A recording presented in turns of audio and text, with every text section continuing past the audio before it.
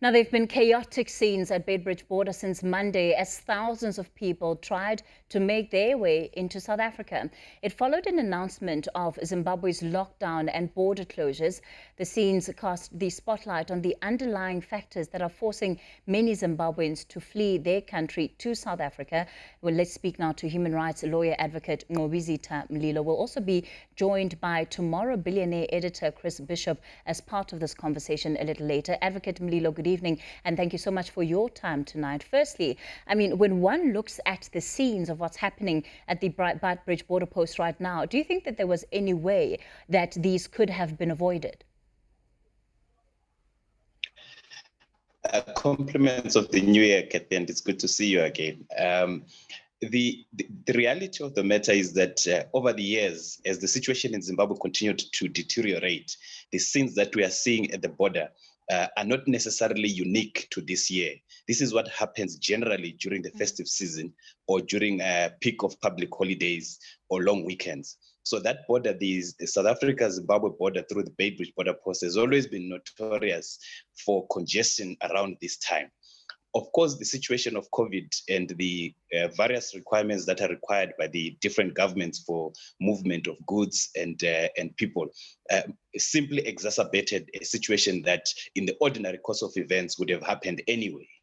Chris Bishop, let me bring you in here. When I listen to what Advocate Mlilo has just said, of course, then one imagines that the South African government should well have been prepared for the influx in terms of the return of people and even the complications that COVID-19 would have added to border movements as we have seen throughout 2020. Why do you think that the situation today is what it is?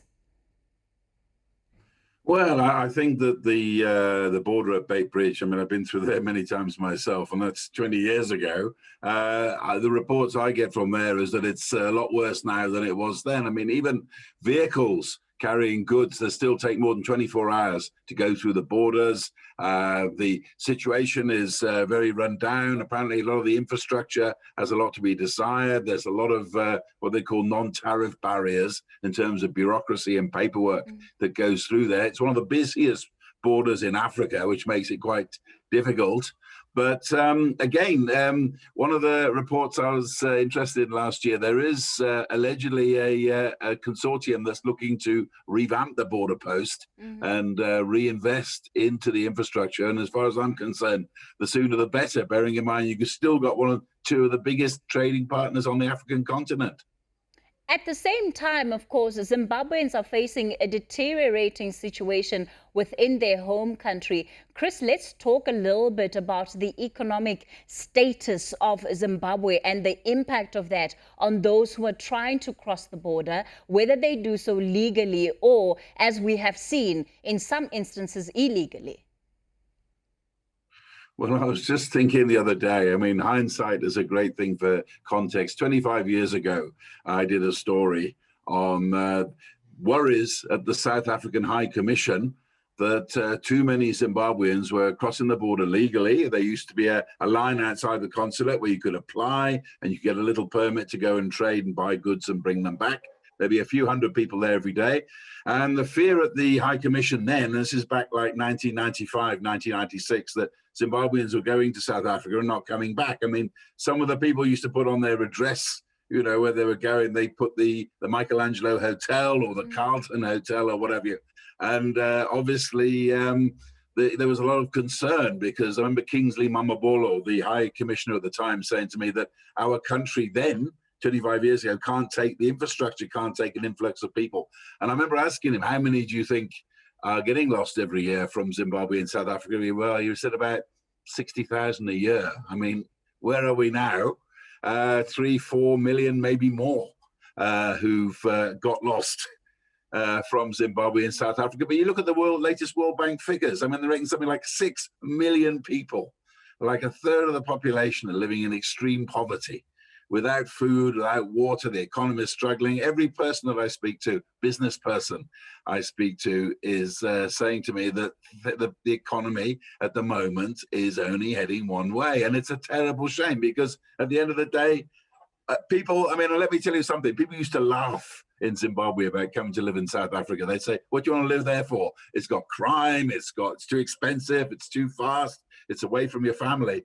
And how many of those same people who are laughing are actually living somewhere here in South Africa now? So it's a very sad situation in so many ways. It's become a dire state of affairs, really. Advocate Mlilo, let me bring you back in here and perhaps just speak to us about the situation at the border. Some are describing it as a humanitarian crisis and looking at the ways in which those numbers, of course, have just grown around the border post, and the fact that there's little social distancing and the curfew, the regulations that have been imposed by the Zimbabwean government, at least on their side of the border. What kind of intervention is required in this moment to alleviate this pressure and also to prevent some of the scenes that we have seen of people collapsing at the border posts, and we're told even some losing their lives?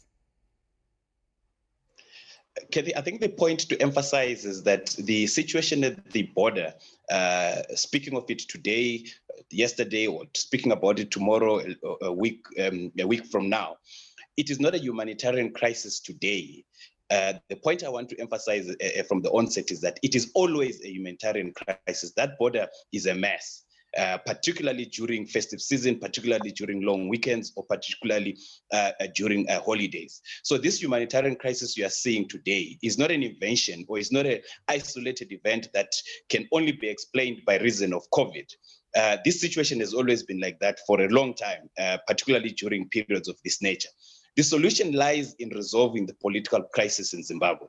The economic crisis in Zimbabwe is but a reflection of the decayed politics in the country. Resolve the politics in Zimbabwe, you resolve the economic problem in Zimbabwe. You also reduce the number of people that are going to come from Zimbabwe into South Africa. South Africa is but one big supermarket for Zimbabwe. South Africa is the New York of Africa. And as the situation continues to deteriorate economically, more and more Zimbabweans will come into South Africa for the purposes of survival. So if we are talking of a solution, we must talk of a solution that is political in nature, because the resolution of the economic crisis in Zimbabwe has its genesis and end in the resolution of the political question in Zimbabwe. You know, I'm listening to you and thinking about the number of attempts that have been made. One just has to look at the disaster in 2020, where the South African government, of course, under Cyril Ramaphosa, tried to send a delegation there. They were sent packing. The ANC tried to go there as a liberation movement to speak to ZANU. They too came back with no concrete solutions. And so it looks like we're still some time yet from any kind of political solution to the crisis in Zimbabwe. Currently, both governments seem overwhelmed by the situation that is unfolding at the border. What needs to happen in order to prevent it from becoming a full-blown crisis beyond the point at which it is right now? Well, I don't think that given the structural makeup of that border today, both on the Zimbabwean side and on the South African side, I don't think that there's much that can be done other than perhaps to suggest that a deployment of more immigration officials, a deployment of more customs officials to clear the backlog that is there. But structurally, the way that border is structured physically creates conditions in which that kind of scenario will continue to happen. So in the immediate, perhaps the solution is that there might be further deployment of resources at the border in order to clear the backlog that is there. But I think we should never lose sight of the fact that even if we resolve the situation now, we will be talking about this again if there's another festive season, or if there's another holiday or another long weekend. The much more permanent solution to this is the resolution of the political question. And by the resolution of the political question, I'm no longer speaking about South Africa, neither am I speaking about SADC, neither am I speaking about the African Union. The resolution of the political question in Zimbabwe now lies squarely in the hands of Zimbabweans. Perhaps this is what President Thabo Mbeki meant when he said that the situation in Zimbabwe has to be resolved by Zimbabweans.